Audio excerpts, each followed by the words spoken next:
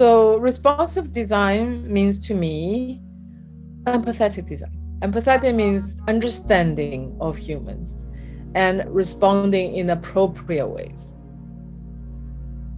I think a designer's role is to listen, learn about how people are living, how they're thinking, how they're feeling, and then use that as a palette and respond to it with a service that resonates and is relevant.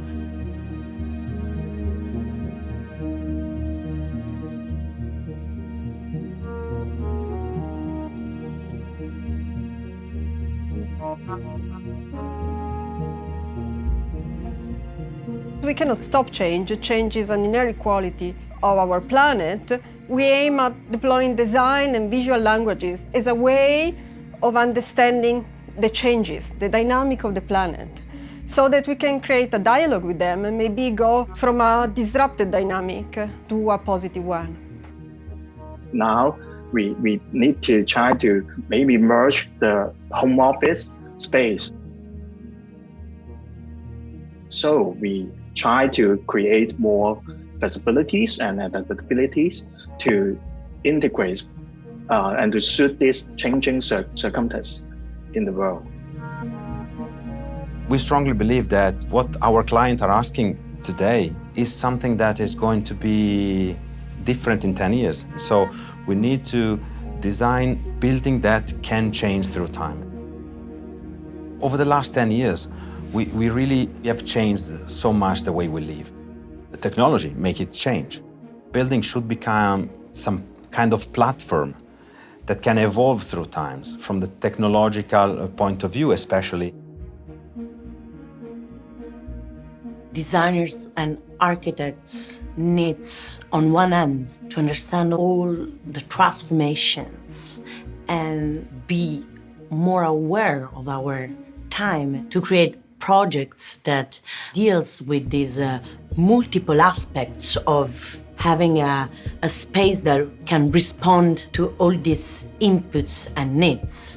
This is very important because we are practicing in our houses so many different actions. So how can a space be transformed more? How can give a community space and a personal space at the same time? So lots of new questions for ourselves. The demands on our home have become greater. The need to do more things in ultimately one location, which isn't always that large, has become palpable. And I think that the way to solve this in the future is to think flexibly. The traditional divisions and types of spaces we have in our home now may not be the ones that are labelled in the same way, or the relationships between them thought about in the same way. You know, fluid spaces, changeable spaces, ones that are hybridized, that you can do many things. One moment you can fold and close things, and the next you unfurl and reveal to have things that truly use a small space in a more flexible and practical manner. Simplex is focusing on expanding the possibilities of limited space. We have a slogan, live beyond the limit. We are using the format of transformation and reinterpretations. So what is meant by transformation? We try to maybe buy movable furniture or a movable wall or a flexible layout to create a complex scenarios of living. So to create some new meanings of the space. So usually, first of all, we will analyze the context, the neighborhood. After analyzing, we come up with some solutions that maybe try to separate their living conditions into a few scenarios. And then we start to transform the scenarios into some design layout. In my studio, I decided to have this kind of approach in which you can stay in one point and be connected to spaces, also to the toilet. And at the same time, you can also close with curtains and changing the perspective. every space respond to some needs. We have a project called Smart Center. We try to integrate some smart technology. For example, a screen with projectors to have just like a cinema. And also we integrate some smart technology, which, for example, voice control for the whole system of the house. So we think that this kind of new technology could help the management of the house. Smart home is about integrating technology, so embedding technology in a way to make the everyday easier, to create a infrastructure and connected suite of products that would all talk together to make everything easier and to give you more information about what's happening. That fundamental remains true, but I think the thing we've learned over that time period is that the home changes, it evolves, it is multifunctional, it is a space that you do many, many different activities, particularly in the last 2 years where we've been confined to the home. So all the things you do in lots of other places have converged in that one place. And I think the simple truth is the smartest homes are the most adaptable. Our buildings are super technological. No? Buildings are more and more like hardware. Today when we design a building, it's a lot like designing a smartphone, because you just put a lot of technology in it that can be used in different way and have to be used in the futures also. So this makes the architecture today very different from the architecture even of 10 years ago, because it has to follow the evolution of technology. The technology in architecture or design is not just limited to the kind of finished object or the finished building, but in giving the buildings and objects the potential to be more intelligent, to have even personalities, which goes beyond this kind of finished, static kind of object.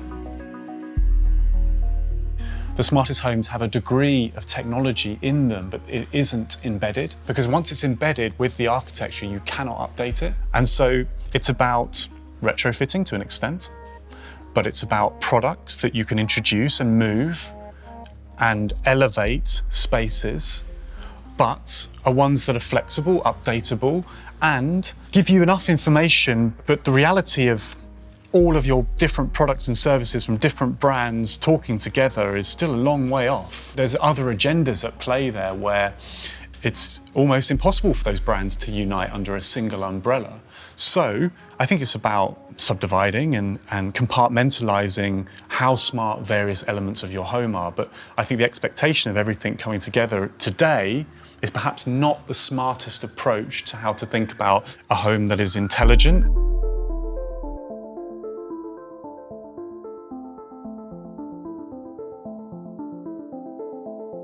To use technology and sensor technology in the built environment is something what we try to bring also into the design of our buildings. Like today you can measure, of course, quality of the air, the way how you like to work with circadian light, for instance, or acoustics, all these things you can measure. There's also aspects of connected homes, which I think is really interesting. So using AI, using new technologies, the home can be controlled. There's a really interesting study done in Boston where they had about 1,000 patients where they actually monitored them at home, and all of these patients had issues with their heart. And by monitoring them very carefully, they were actually able to reduce over half the number of people that then had to go to hospital. And over a period of a year, that saved about $10 million. And so these aspects not only improve people's lives at home, but they're also improving really important society issues. And never has that been more true at the moment when we've had so many issues with things around the world. The technology we like to use in smart city concepts is related to blockchaining technology, sensor technology, the way how data collection can play a role in transforming new insights in the way how you reorganize the city. This is a combination of data collection, instrumentalizing that data collection through placing sensors in a place in order to rearrange things. And we do that also in buildings. Well, today with technology, with sensors, with artificial intelligence, the skin of architecture can start to respond to us in a different, much more fluid way. The artificial intelligence is making our buildings, but also our cities or our objects, more and more similar to the natural world, something that responds dynamically to us. Now, if you got a responsive building, you can really try to optimize for different things. First of all, for instance, we can try to reduce energy consumption to make sure that we waste less energy in our buildings. But also an important thing is we can also make the working environment, the living environment, more suited, more tailored to people, something that can respond dynamically to their wishes and desires. So today we're in Torino, and for instance, the project we did here just a few years ago is the refurbishment and expansion of the Agnelli Foundation. And what we did there was actually use sensors in order to control in a dynamic way heating, lighting, and cooling into the building. Imagine like you got bubbles where you control heating, lighting, and cooling that actually are tailored on people living in the building. Of course, another thing we can do is actually bring nature itself, use nature as a building block for the things we design. But the two things actually need to come together. In a recent project called the Greenery, the whole project, the whole architecture revolves around the 10-meter high ficus tree. But at the same time, also sensors, artificial intelligence, make sure that the environment in the building is suited both for human occupancy and for other type of occupancy, such as the tree. There is an element, I think, that is also very unique, perhaps, of our age, and it's that we are becoming more and more aware of a possibility for convergence of what we may call the digital realm and the biological one. And I think we are approaching the moment in which the two can begin to fuse. That really allows us to see biological organisms not only as biomass, which are actually providing us with information, with data, where we can begin to establish a channel of communication. And this communication, of course, can be mediated by digital technologies, but can also be mediated by art or can be mediated by design. There can be a visual kind of communication. For example, when these type of organisms are exposed to certain condition of light or pH, often they change color. When we know that this is actually corresponding to a change in environmental factors, this becomes a biosensor. If we can embed this kind of intelligence, this kind of biological response into the fabric of architecture, for example, automatically we have a sort of new form of meta-communication between architecture, the environment, and ourselves and our life. So this again opens up a new kind of paradigm where there is no more this kind of clear distinction between artificial and natural realm or between cities and landscapes, but really there is a kind of a much more, for us, intriguing and fertile terrain of opportunities in the fusion, in the encounter of these realms. The primary objective is, of course, to make healthier environments and to make environments that are more attuned to the people who are in them. One of the things we learned was that the most effective way of trying to understand how people experience space is by using mixed methods. And what that means is that you don't just use objective measures, meaning what can we see from the outside on people's behavior, or data that lacks subjective context, like EEG recordings or skin conductivity. When we take those measures and combine them with subjective appraisal, which comes from people expressing how they feel, then that combination allows us to create a better understanding and in context for each data. So the best approach we found was that we needed both objective and subjective measures. The point of science-informed design is to help us understand where it's best for us to invest our resources to create a more effective design. And what we have is a spectrum of spatial qualities that we know are highly likely to affect an experience. So when we look at the evidence, it gives us a number of different spatial qualities that are likely to affect the experience that we're trying to create. When we work, we have 7 different qualities of the space thermal, light, air quality, layout, and so on. When we think of what needs to be adaptive or what would be good to be adaptive for us to optimize the experience, then we choose 2 or 3 qualities that should adapt. In my opinion, the role of technology in the built environment needs to be for the purpose of enriching our spatial experience in the moment. And that's a big difference from how technology is used now, that is often to extract us from a spatial experience. When you go into the metaverse, then your mind is extracted out of context. What kind of technology is good for us to integrate in the built environment? The technology that allows us to create better spatial experiences that support healthier social connections, that allow us to be in place and feel alive and support our aspirations. I think technology can do that, but we need to direct it to do that. What we've learned about working on the technology-driven projects, whether they've got an interesting user interface, whether they have compelling services around them, when you're dealing with a piece of hardware, we try and tackle 2 things. So to complement and perhaps subvert the technology a little bit, we make sure that our products feel really soft, crafted, something that you could relate to that world of home interiors or lifestyle objects that you like to surround yourself with. Because if you don't do that, that technology product will end up feeling much colder. You're less likely to fall in love with it. And so we try and imbue those hardware products that are technology driven with such a level of warmth and craftsmanship.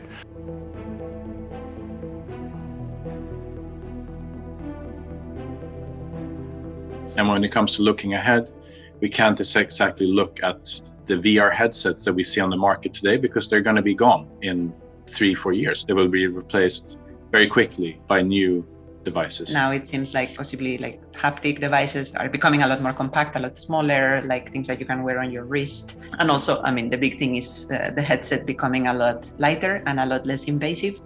There is developments on the notion of whether it will be heading towards AR glass, like basically glass where you can project images, or whether technology is steering to what is called pass-through AR, which is basically you're still kind of wearing a blindfold, like a headset, but maybe hopefully much lighter, that has cameras that are so high resolution that can give the illusion of you being perceiving an augmented reality. So we think there will also be a renaissance in things and objects, and that we perhaps maybe could move in a direction where we no longer need new devices and new things constantly, but we can change what they look like. So if we're tired of our old armchair, we can certainly change the way it looks, which hopefully also comes together and speaks for a more healthy approach to physical things generally, which is obviously one of the biggest sticking points when solving the climate emergency. To make the home better when considering digital overlaps with the home, we often think that it's important to maybe actually not specifically use the word digital, but use the word media, because it encapsulates a larger framework of different tools. And certainly the tools that we consider bringing digital spaces into our homes, they're also media actually still, and they're going to remain really within the realms of media within the foreseeable future. The trend that we're seeing and that what will happen as media starts to become spatial is that either through what we already mentioned with pass-through VR, where our eyes are actually seeing through cameras, or if it's what we're calling augmented reality, which is literally our eyes are seeing light from the real world, the virtual content will be overlaid over our environment. That's the only really way for this to move forward, where the space where our body is in, because we can never ignore the body. Even if we're wearing a headset, our body is still somewhere. And even if we're lying down somehow in some kind of futuristic pod, our body is still in that pod. And for all purposes, if we want to have good livable spaces in the future, we need to use the spaces we already have as much as possible. And for the virtual media and the virtual spaces to be accommodating the spaces that our bodies are in. Certainly, we're going in a very interesting trajectory with the fact that in many parts of the world, living spaces are getting smaller and the virtual spaces are getting bigger. Our minds can be in very big spaces, but our bodies perhaps in quite small spaces. And that sync needs to be very, very careful for multiple reasons. One being that if that's not the case, then virtual media, VR, etc., will continue being something that only the wealthy can have access to. And they probably get even more expensive as they start replacing smartphones. Anything we can do with the body will probably eventually be able to be inside of spatial media. It's a slow trajectory where it's not just about virtual media and VR, but it's about the media that came before it and the one that came before it. They all connect to the same trajectory to conquer space in the effort of connecting humanity as much as possible. When looking historically at the development of media, it's just a vehicle for ideas and people to travel without traveling per se. The question of artificial intelligence and its role in the architecture profession is an interesting one, because when we think about the complexity of human experience and the number of parameters that we try to consider, then we end up with a very difficult picture for the human mind to comprehend. So I think the role of artificial intelligence here is to help us understand what our minds are probably incapable of understanding because of the level of complexity. I do see a role for artificial intelligence in architecture, and I believe that it's going to happen. It's almost inevitable.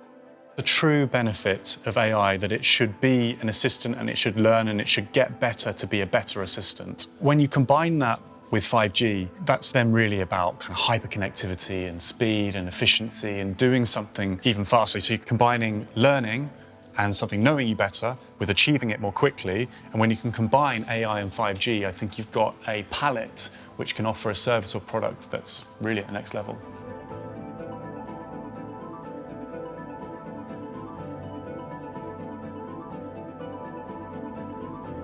Form of robot. They improve the quality of life for us. We use them to do online shopping, so they also improve communication. Now, there are many situations where robots can help human society in a great deal. For example, in hospitals, we have increasingly shortage of health workers and medical workers, right? We have seen this time of pandemic, hospitals are often overrun and medical workers are very, very exhausted. If we can have robotic health workers, they can help human medical workers and doctors and nurses to take care of more patients. Another aspect, which is very important, especially in Asia, we are having rapidly aging society. In 20, 30 years, there will be a lot of elderly people. That is actually a very pressing need today already. We collaborate with geriatric wards and hospitals to provide conversational agents in the robotic body to entertain some of the elderly people, to help them exercise their mental muscles, so to speak, by having conversations with them. I can come up with many other examples, but I think these two, medical and health and quality of life improvement, this is going to become very, very important to us. When we work on a smart speaker or something like that, we want our assistant to communicate with you. But how do you create an expression which is approachable, which is assistive, which maybe feels like a friend, which gives it a personality, which isn't just blinking LEDs at you? I think the designers have to do a better job in designing the kind of robot that people can accept and like. So we need the design community to come up with the kind of form and the style and the voice and the behavior or gesture that robots should take, so that people can accept them at home. They must look good, they must look like non-invasive. I think it needs to be harmonious with our living environment. So if I have a robot that's not working, if I turn off the robot and the robot sits in the corner of my living room, it looks good. maybe something that adds to the design of my home. So it makes my home look better and then functional, and yet does not distract from my atmosphere, my design from home. So maybe give me some choices. Maybe I will buy some color or some shape.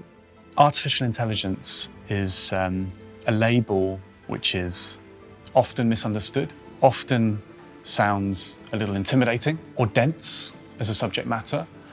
And unless you're heavily engaged in that area, it can just feel a bit alien and a little bit overbearing.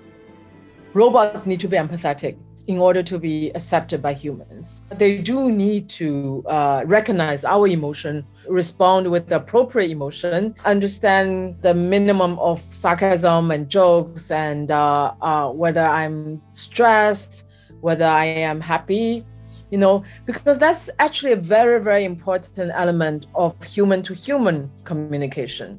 Imagine we're communicating without any facial expression, without any tone of voice that shows any engagement or emotion. We won't be engaging each other. And we will start to feel disengaged and alienated. It is very important for robots to be empathetic and engaging to the user. They don't have to say a lot, but they need to say appropriate things at the appropriate moment. And it's very important for them to react to our emotions. So how can a space better respond to human needs and mood in the home environment? Now, imagine our walls are no longer just like walls, but like it takes organic forms. What if the home environment reacts like an organic being? When I go home, I'm tired, it would morph into kind of a cozy, embracing kind of shape and form in my living room. And when I'm working, I'm concentrating, and then it morphs back into this kind of more like a library environment and so on. Your home is a robot itself because it understands you, it reacts to you. Think about the possibility of design there. How to truly create the smart home of the future. It's about taking what we have, retrofitting it with intelligent hubs and intelligent areas that you can interface with directly, or with the most intelligent products you have, which is your phone in your pocket. Not necessarily introducing more hardware elements, but where necessary, putting products in places that elevate what we already have, so you don't need to buy new things, but use these smaller elements to elevate what we have to be more intelligent and therefore improve the everyday,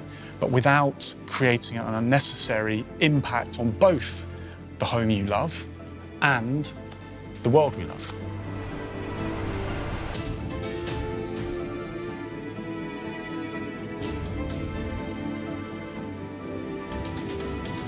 Tomorrow living will be having endless possibilities in limited space together.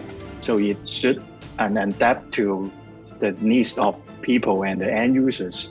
Tomorrow living will be mixed, hybrid, overlapped, and not one thing specifically, but many things at the same time, which will require a lot of cooperation and coordination, which ideally the media that we are trying to investigate helps with and makes that part better and more effective and more meaningful to people. Tomorrow living, we will be living in harmony with technology. And I hope tomorrow living enables humans to be more in touch with our own feelings, more in touch with nature, with the assistance of technology. So technology will not be a barrier between us, ourselves, and between us and other humans.